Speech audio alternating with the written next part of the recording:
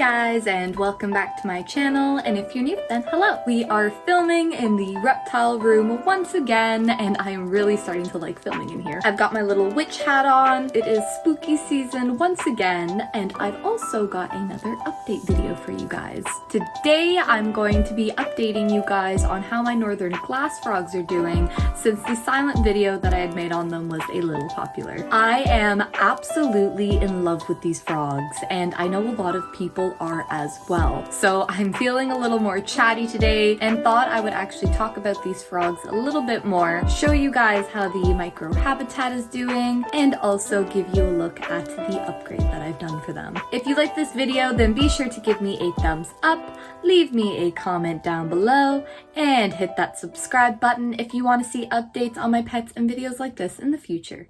So I can see why people have taken a liking to these frogs. They just look like cute little gummy candies or something. Is it wrong that every time I look at them, I crave gummies? Is it just me? But as cute as they are some of the more sensitive and advanced frog species to keep. As of right now, I'd say this is the most sensitive animal I have in this room, besides me. So they won't be forgiving to small errors. Just a quick overview for anyone that's new. This is a northern glass frog. They are a small nocturnal species of frog that you can find ranging throughout the forests in Central and South America. They are a very unique species of frog and get their name from the translucent skin on their abdomen that lets you see their internal organs, as if their skin was made of glass. It's believed they evolved this way to help them camouflage.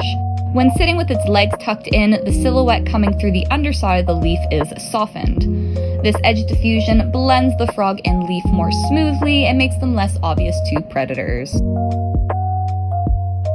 So here's what the Zillow microhabitat looked like before when I first set it up, and I didn't go all out because I knew the pothos would grow in and that I'd add more plants in time. The pothos grew in rather quickly, and then my friend gave me a bunch of plant trimmings from his frog tanks, and I put those in the habitat, and this is how the tank looks now.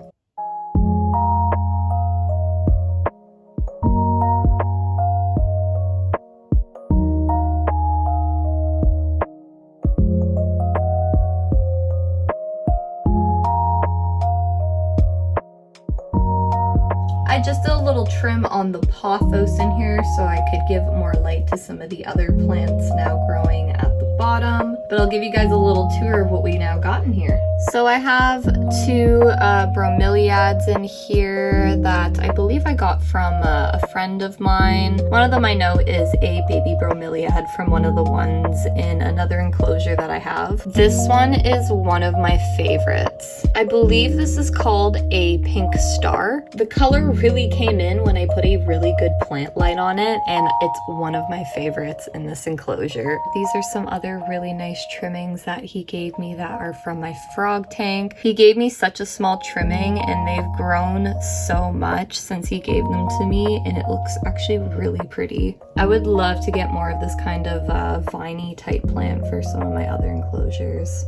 Then I have this also that he gave me, but this one here I really like because it's just like overhanging the water feature. And here is how the water feature is doing. I actually just gave it a nice little clean, and the duckweed also continues to grow, covering most of the water. So where are my glass frogs? We are now actually going to head on over to my bedroom because I have moved them into a new habitat entirely into there.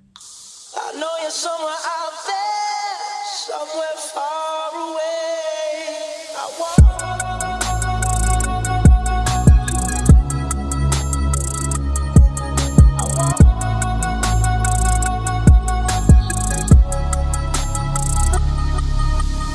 Looking through the moon at night, through the window in my room, there's not much I love to say, and I don't ever say goodbye. We are now in my bedroom. So this is where my new glass frog vivarium is. So this is a 12 by 12 by 18 Exoterra bioactive vivarium. They're right beside my bed here, so at nighttime I love to just watch them explore and hop around the enclosure. Another reason is because I actually have two glass frogs now. I I got her a little tank mate. His name is Crystal. I was trying to pick out another female, but it is a little hard to sex them for me, not gonna lie. I hear calling every night from the new edition, which makes me believe I picked a male, which is fine because I did want a male at some point, but was trying to get a hold of another female first. But I already named him Crystal and don't feel like changing it, so his name is still Crystal. We just go with the flow. I also can confirm that my female is gravid, which I'm super excited about. And it's also really cool because you can see it happening right before your eyes through their bellies. But she hasn't laid them or anything yet, so I'm not gonna get my hopes up quite yet. Sexing for these guys wasn't the easiest for me, even after I had researched about it and asked some more experienced glass frog keepers. Sexing frogs is something I'm familiar with, but definitely not an expert on. Some ways you can tell is size. A lot of the time the females are larger than the males. Then there's calling. Usually males will call, but not always the case, which is why these aren't always the best ways to tell depending on the species. Sometimes you can tell from the hands and feet of the frogs. Males will sometimes have a secondary sex characteristic called nuptial pads, which kind of just looks like a swollen thumb. It can be a bit spiny too, and this helps them grip onto the females during mating, which is called amplexus. Look at all these fun new words we're learning. In this new setup, I did not add a water feature, and that's honestly because I just did not want to. And they don't need a water feature either. It's only suggested for when they're breeding. If you're looking into getting these frogs, then you don't have to overcomplicate your setup with a fancy schmancy water feature like I did. I would honestly recommend that others not to put a water feature in if you aren't entirely comfortable with your craftsmanship yet, or else things could go wrong, such as bacteria or mold buildup, or all your hard work might just go to waste. I have been trying to perfect my vivariums for quite some time now before I attempted this little water feature. If you give them cups like bromeliads though, the cup in the middle of the bromeliad acts as sources of water, but ultimately this will come from misting the frogs about once or twice a day. I personally like to mist mine about twice a day to make sure they're always hydrated, and I always use reverse osmosis water. You cannot let these frogs get dry. You shouldn't let any frog get dry, but these ones you need to keep an eye on their humidity. To keep the humidity in this enclosure, I have wrapped half of the top of the enclosure with plastic wrap so that it helps to keep some of the moisture in. You want to try keeping the humidity for the species at around 80 to 90%, and it should never drop below 75%. I also have them at room temperature, which reaches around 78 during the day and 75 to sometimes 70 degrees at nighttime, depending on the time of the year. They are amazing to watch eat. They're very quick and active hunters and have quite the appetite. Mine can eat quite a lot in one sitting. I have to special order super tiny pinhead crickets from the reptile store, and I also have high-day fruit flies that I'll dust with vitamins and other supplements. It's sometimes hard to find feeders this small and suitable for this species, and it can be expensive. I feed them about 3 to 4 times a week. Last but not least, I would like to talk about lighting.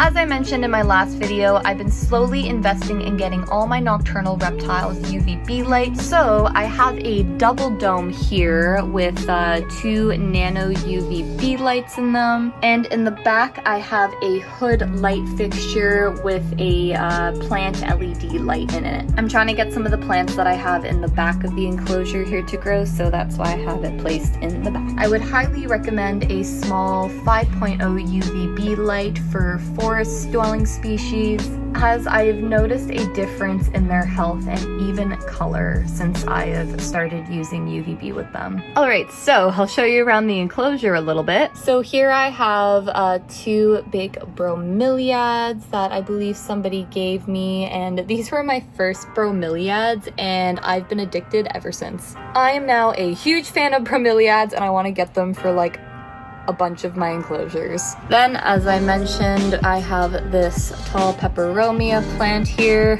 It was small when I first put it in here, but it's grown quite a bit, and I find that this is my glass frog's favorite plant to hang out on. They're usually always on the undersides of the leaves. Then we have some philodendron that I've weaved through the enclosure, and it's growing nicely all over. Then I have lots of thin branches here that I collected and disinfected myself for them to climb and jump on. In the very back, I'm trying to get a ficus wall growing in here. Ficus wall, ficus wall, ficus. Well, really hoping that that will turn into a ficus wall. The background for this tank I DIY'd like years ago. And then this little pretty plant right here was actually a gift from a new friend of mine. I wanted to give a special thank you and shout out to my new friend Will. Will had bumped into me while I was at work, and he was asking me questions and trying to remake the glass frog vivarium that I had made. He then had recognized me from the video and had told me about how he wasn't able to get a frog quite yet,